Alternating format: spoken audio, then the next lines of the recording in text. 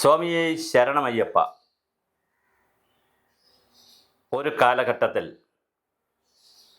ഹിന്ദു സമാജത്തിൽ, ഹിന്ദു ആചാരവിശ്വാസങ്ങളിൽ, സനാതനധർമ്മ വിശ്വാസങ്ങളിൽ വളരെ ഗൗരവതരമായ ഒരു ചിന്തയുണ്ട്. ഇപ്പോഴും അതുണ്ട്. പക്ഷെ അത് ലോപിച്ച് ആ ചിന്ത കുറഞ്ഞു വരികയാണ്. ദൈവമെന്ന് പറഞ്ഞാൽ എവിടെയോ ഇരിക്കുന്ന, പ്രപഞ്ചത്തിലെ എല്ലാം സൃഷ്ടിച്ചിട്ട് എവിടെയോ കയറി ഒളിച്ചിരിക്കുന്ന ഒരു വസ്തുവാണ് എന്നുള്ള ചിന്ത രൂഢമൂലമാവുകയും വിഗ്രഹാരാധന വലിയ തോതിൽ വരികയും ചെയ്യുന്ന കാലഘട്ടത്തിലാണ്. ക്ഷേത്രങ്ങളും അമ്പലങ്ങളുമൊക്കെ കോടാനുകോടി സ്വത്തുകളുടെയും ആഘോഷങ്ങളുടെയും ഉത്സവങ്ങളുടെയും ഒക്കെ നാടായി മാറുകയാണ്. ഒരു കാലഘട്ടത്തിൽ ഉത്സവങ്ങൾ വന്നത് വിളവെടുപ്പിൻ്റെയും ആഘോഷത്തിൻ്റെയും ഗ്രാമത്തിൻ്റെ സന്തോഷത്തിൻ്റെയുമായെങ്കിൽ അതെല്ലാം സ്പോൺസർമാരുടെയും NRIക്കാരുടെയും പണത്തിൻ്റെ ഞെളിപ്പ് കാണിക്കുവാനും പൊങ്ങച്ചം കാണിക്കുവാനുള്ള ആഘോഷങ്ങളായി മാറുന്നു. അന്നദാനങ്ങളാകട്ടെ, അതുപോലെ തന്നെ ഡെക്കറേഷനുകളാകട്ടെ, മത്സരങ്ങളാകട്ടെ, കലാപരിപാടികളാകട്ടെ, എല്ലാം ആരുടെയുമൊക്കെ സ്പോൺസർഷിപ്പിൽ നാട്ടിലെ മുതലാളിമാരുടെ, പുത്തൻ പണക്കൂറ്റുകാരുടെ, പണച്ചാക്കുകളുടെ, അല്ലെങ്കിൽ ഗൾഫിൽ വിദേശ രാജ്യങ്ങളിലിരിക്കുന്നവരുടെയൊക്കെ ഒരു സ്പോൺസറിങ്ങിൽ പോകുന്ന രീതിയിലേക്ക് മാറി.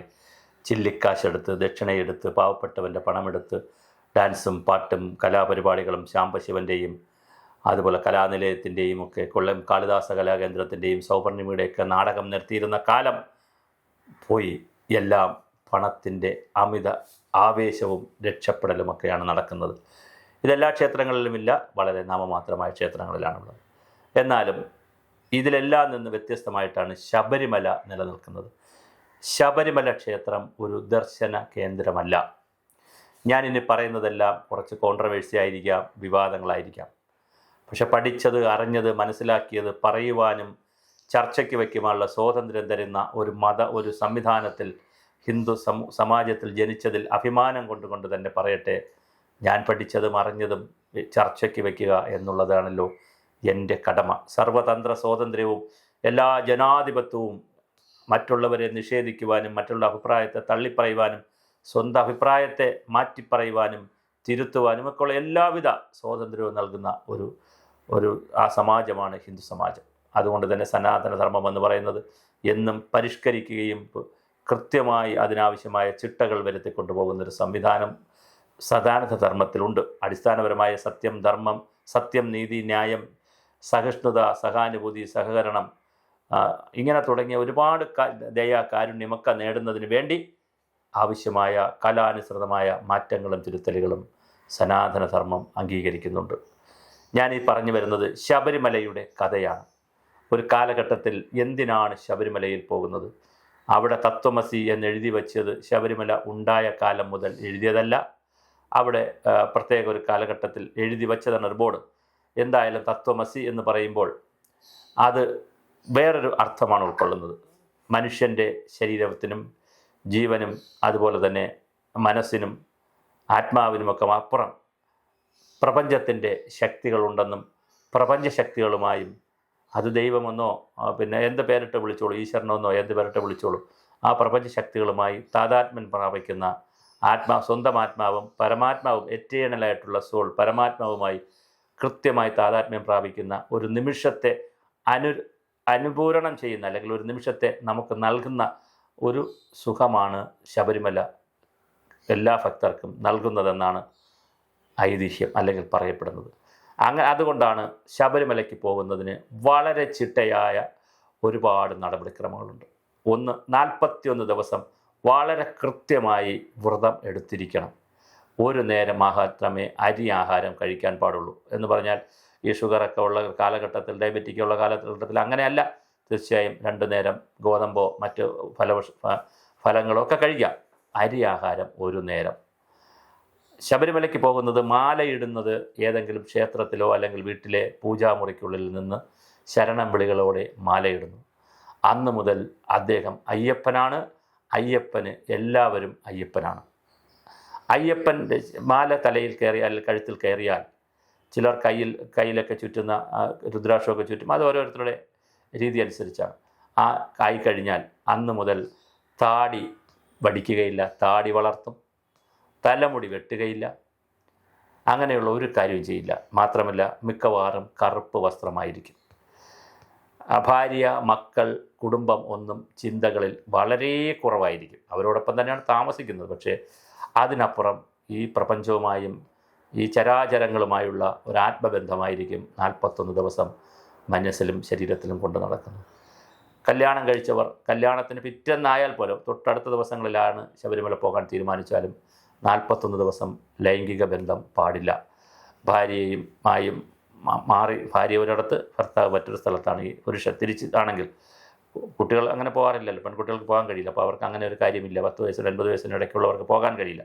അപ്പോൾ അവരെ സംബന്ധിച്ച് അങ്ങനെയില്ല. പക്ഷേ പുരുഷന്മാരെ സംബന്ധിച്ചിടത്തോളം അവർ മാറി തന്നെയാണ് കിടക്കേണ്ടത് 41 ദിവസം. ഞാൻ വസ്ത്രധാരണത്തിന് 2 നേരം കുളിക്കണം. 1 നേരം തീർച്ചയായും കുളിക്കണം.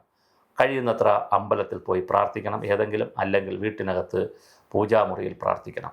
ഒരു കാരണവശാലും മദ്യപാനം പറ്റില്ല, സിഗരറ്റ് പറ്റില്ല, ചിക്കൻ പറ്റില്ല, മട്ടൻ പറ്റില്ല, മുട്ട പറ്റില്ല, മത്സ്യം പറ്റില്ല.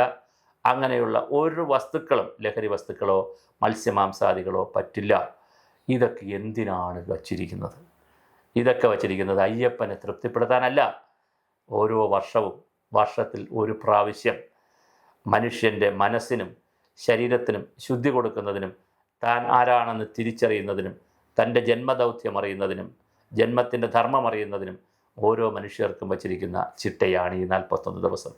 അങ്ങനെ 41 ദിവസത്തിൻ്റെ വ്രതമെടുത്ത് വൃശ്ചിക മാസം 1-ാം തീയതി മുതൽ മകരമാസം 1-ാം തീയതി വരെ നേടുന്ന വൃശ്ചികം, ധനു, മകരം, അങ്ങനെ 60-61 ദിവസത്തിനിടയിൽ ഏതെങ്കിലും ഒരു ദിവസം ശബരിമല പോകാം. പോകുന്നതിന് തന്നെ ഒരുപാട് ചിട്ടകളുണ്ട്. നെയ്ത്തേങ്ങ നിറയ്ക്കണം, അതുപോലെ ഇരുമുടി കെട്ടെടുക്കണം, ഒത്തിരി നടപടിക്രമങ്ങളുണ്ട്. ഇതെല്ലാം പാലിച്ച് അവിടെ ചെന്ന് ഓരോ ശരംകുത്തിയാലിലും ഓരോ സ്ഥലത്തിലും ചെയ്യേണ്ടുന്ന കർമ്മങ്ങൾ ചെയ്യണം. അതെല്ലാം കഴിഞ്ഞ് പ്രാർത്ഥനയോടുകൂടി അയ്യനെ കാണാൻ ചെല്ലുമ്പോഴാണ് അവിടെ 41 ദിവസം ശുദ്ധീകരിച്ച് മനസ്സും ശരീരവുമായി ചെല്ലുമ്പോൾ അവിടുത്തെ പ്രകാശം വളരെ വ്യത്യസ്തമായിരിക്കും. അവിടെ ഉണ്ടാകുന്നൊരു ഓറ തനിക്ക് നേടിക്കൊണ്ടുവരാൻ കഴിഞ്ഞാൽ തൻ്റെ ശരീരത്തിൽ മനസ്സിലേക്ക് ഊർജമായി ശേഖരിച്ചുകൊണ്ട് 18-ാം പടി കയറുമ്പോൾ ഈ ഒരു ശുദ്ധമായ മനസ്സോടുകൂടി ശരീരത്തോടുകൂടി ആണ് കയറുന്നതെങ്കിൽ തിരിച്ചിറങ്ങുമ്പോൾ അവിടുത്തെ ചൈതന്യം കൂടി, പ്രകാശം കൂടി, ഓറ കൂടി ശരീരത്തിലും മനസ്സിലും സന്നിവേശിപ്പിക്കുമ്പോൾ പുതിയ മനുഷ്യനായി താഴെ പടിയിറങ്ങും. അങ്ങനെ പുതിയ മനുഷ്യരായി പടിയിറങ്ങുന്നവർ, അപ്പോൾ അവിടെ താഴെ എത്തുന്നവർ, പടിയിറങ്ങുക എന്ന് പറഞ്ഞാൽ കയറിയ പടി കൂടെ ഇറങ്ങുന്ന അർത്ഥത്തിലല്ല, താഴേക്ക് വരുന്നു എന്നുള്ള അർത്ഥത്തിലാണ്. താഴേക്ക് വന്ന് തിരിച്ച് പമ്പയിൽ വന്ന് അവിടെ നിന്ന് അപ്പോഴും തിരിച്ച് വീടുകളിലെത്തി അവിടെ പൂജാമുറിയിലോ അമ്പലത്തിലോ പോയി മാല ഊരി കഴിയുന്നത് വരെ അയ്യപ്പനാണ്, എല്ലാവർക്കും അയ്യപ്പനാണ്. സ്വാമി എന്നൊരു പദമല്ലാതെ, സ്വാമിയെ ശരണമെന്നല്ലാതെ, അയ്യപ്പൻ എന്നല്ലാതെ ആരെയും പറയാറുമില്ല, വിളിക്കാറുമില്ല.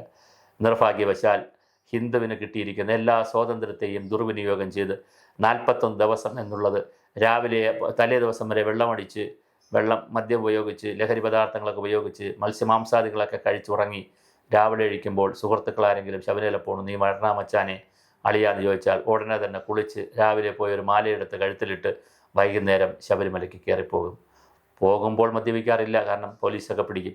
തിരിച്ചത് കഴിഞ്ഞ് പമ്പയിലെത്തി അല്ലെങ്കിൽ എരുമേലി എത്തിയാൽ ഉടൻ അടുത്ത ഷാപ്പിൽ കയറി വെള്ളമടിച്ച് കൊണ്ട് തിരിച്ചു വരും, അല്ലെങ്കിൽ ബാറിൽ കയറി അടിച്ചു കൊണ്ടുവരും. എന്തിനാണ് നിങ്ങൾ ശബരിമലയിൽ പോകുന്നത്? എന്തിനാണ് ശബരിമലയെ കാണാൻ തീരുമാനിക്കുന്നത്? അയ്യനെ കാണാൻ, ദൈവത്തോട് സംസാരിക്കാൻ വീട്ടിലിരുന്നാലും മതി. നിങ്ങൾ ഒരിടത്ത് വീട്ടിൽ തന്നെ ഇരിക്കണമെന്നില്ല, എവിടെ ഇരുന്നാലും മതി.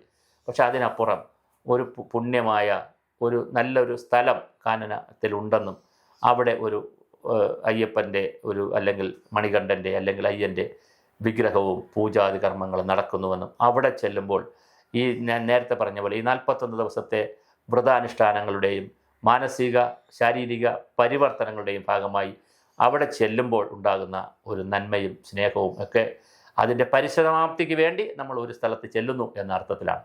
അവിടെ ചെന്ന് പുതിയ ഊർജവും ഓറയും എല്ലാം വാങ്ങി താഴേക്ക് വരുമ്പോൾ പുതിയ മനുഷ്യരാകണം.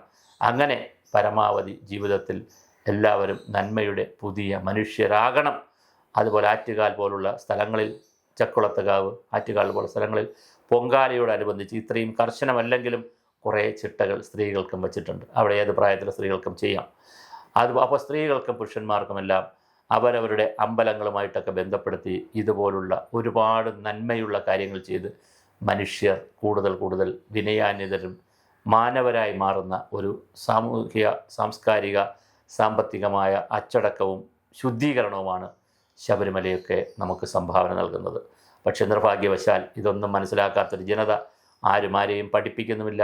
ഹിന്ദു സമാജത്തിൽ അങ്ങനെ പഠനശാലകളുമില്ല, പഠിപ്പിക്കാൻ ആരും പറയുന്നുമില്ല. കുറേ പുരാണ പുസ്തകങ്ങൾ വായിച്ച് ചർവണം പോലെ അർത്ഥമറിയാതെ എന്താണ് അതിൽ പറഞ്ഞിരിക്കുന്നത് പോലും മനസ്സിലാക്കാതെ വൈരുദ്ധ്യമുള്ളതും വിരുദ്ധതയുള്ളതും എല്ലാം വായിച്ച് സായുജ്യമടയുന്ന കുറേ അമ്മമാരുടെയും സഹോദരിമാരുടെയും നാരായണീയം പാരായണങ്ങളും ഒത്തുകൂടലും ഭാഗവതം വായലും സപ്താഹങ്ങളുമൊക്കെ നടക്കുന്നതിനപ്പുറം അതിൽ നിന്നും വേണ്ട എന്നോ അതൊക്കെ തെറ്റാണെന്നോ അതിൽ നിന്നും കുഴപ്പമാണെന്നുള്ള അഭിപ്രായക്കാരനേ അല്ല ഞാൻ.